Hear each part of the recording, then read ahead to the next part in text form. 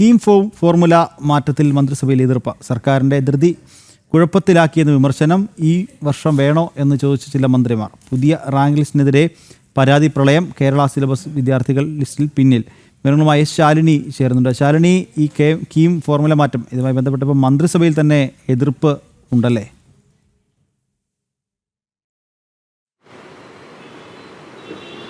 Nikhila, കീമിൻ്റെ rank പട്ടിക പുനഃപ്രസിദ്ധീകരിച്ചത് ഇന്നലെ രാത്രി 10 മണിക്ക് ശേഷമാണ്. ഇതിന് പിന്നാലെ വലിയ രീതിയിലുള്ള വിവാദങ്ങളും വിമർശനങ്ങളും ഒക്കെ ഈ വിഷയത്തിൽ ഉയരുകയാണ്. കഴിഞ്ഞ ദിവസങ്ങളിൽ ആദ്യ റാങ്ക് പട്ടിക പുറത്തിറക്കി അത് കോടതി കയറുകയും കോടതി അത് റദ്ദ് ചെയ്യുന്ന സാഹചര്യം ഉണ്ടാകുന്നു. പിന്നീട് അപ്പീൽ നൽകുന്നു. അപ്പീലിലും തിരിച്ചടി ഉണ്ടായ സാഹചര്യത്തിലാണ് പഴയ ഫോർമുലയിൽ, അതായത് 1:1:1 എന്ന രീതിയിൽ, പഴയ രീതിയിൽ തന്നെ റാങ്ക് ലിസ്റ്റ് പ്രസിദ്ധീകരിക്കാമെന്ന് ഉന്നത വിദ്യാഭ്യാസ വകുപ്പ് തീരുമാനിക്കുകയും ഇത് ഓൺലൈനായി പിന്നീട് പ്രസിദ്ധീകരിക്കുകയും ചെയ്തു. പക്ഷേ ഇപ്പോഴും ആശയക്കുഴപ്പങ്ങളും വിമർശനങ്ങളും ഒക്കെ സർക്കാരിനെതിരെ ഉയരുകയാണ്. ഇതിനിടയിലാണ് ഈ മന്ത്രിസഭയിൽ തന്നെ ഈ കീമുമായി ബന്ധപ്പെട്ട് പുനഃക്രമീകരണം അല്ലെങ്കിൽ മാർക്ക് പുനഃക്രമീകരിക്കുന്നതടക്കമുള്ള കാര്യങ്ങളിൽ ഭിന്ന അഭിപ്രായങ്ങളുണ്ട്, ഭിന്ന സ്വരങ്ങൾ ഉയർന്നിട്ടുണ്ട് എന്നുള്ള വിവരങ്ങൾ പുറത്തു വരുന്നത്. ചില മന്ത്രിമാർ ഈ വർഷം തന്നെ ഈ രീതി നടപ്പിലാക്കണമെന്ന ചോദ്യം ഉന്നയിച്ചിരുന്നു. പക്ഷേ ആ ചോദ്യങ്ങളും അതെല്ലാം അവഗണിച്ചുകൊണ്ടാണ് സർക്കാർ ധൃതി പിടിച്ചൊരു തുഗ്ലക് പരിഷ്കാരം ഇത് കൊണ്ടുവന്നത് എന്നുള്ളൊരു വിമർശനമാണ് ഈ ഘട്ടത്തിൽ ഉയരുകയും ചെയ്തിട്ടുള്ളത്. പ്രത്യേകിച്ച് പരീക്ഷ തുടങ്ങിയതിന് ശേഷം പരീക്ഷയുടെ റാങ്ക് പട്ടിക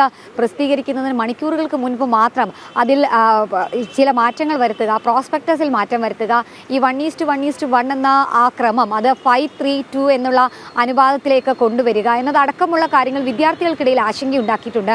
അത് റാങ്ക് പട്ടികയെ കാര്യമായി തന്നെ ബാധിച്ചിട്ടുണ്ട്. ആദ്യ പട്ടിക വന്നതിന് ശേഷം വലിയ രീതിയിൽ സന്തോഷത്തിലൊക്കെ ആയിരുന്ന വിദ്യാർത്ഥികൾക്ക് പിന്നീട് രണ്ടാം പട്ടിക വരുമ്പോൾ റാങ്ക് പട്ടികയിൽ പലർക്കും ഇടപിടിക്കാൻ സാധിക്കുന്നില്ല. 1ാം റാങ്ക് കിട്ടിയ ആളടക്കം 5ാം റാങ്കിലേക്കും 10ാം റാങ്കിലേക്കും ഒക്കെ പോകുന്ന ഒരു സാഹചര്യം. ഇതടക്കം വലിയ രീതിയിലുള്ള വിമർശനങ്ങൾ വരികയാണ്. അത് മാത്രമല്ല, ഏറ്റവും എടുത്തു പറയേണ്ടത് ഈ കേരള സിലബസിൽ പഠിച്ച വിദ്യാർത്ഥികളെ കാര്യമായി തന്നെ ഈ ഒരു പരിഷ്കരണം ഒപ്പം തന്നെ സർക്കാരിൻ്റെ ഇടപെടൽ ബാധിച്ചിട്ടുണ്ട് എന്നുള്ളത്. അത് മാനസികമായും ഒക്കെ തന്നെ അവരെ അത് ബാധിച്ചിട്ടുണ്ട്.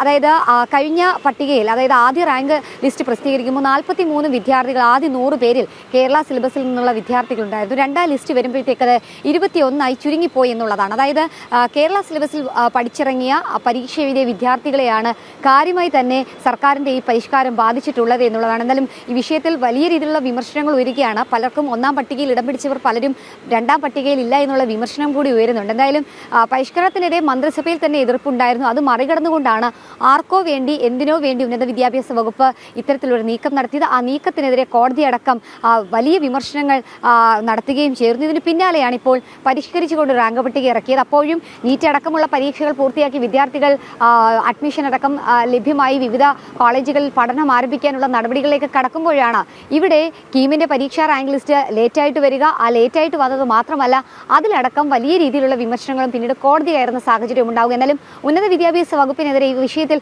വലിയ രീതിയിലുള്ള പ്രതിഷേധവും ഈ മണിക്കൂറിൽ ശക്തമാവുകയാണ്. നിഖിൽ.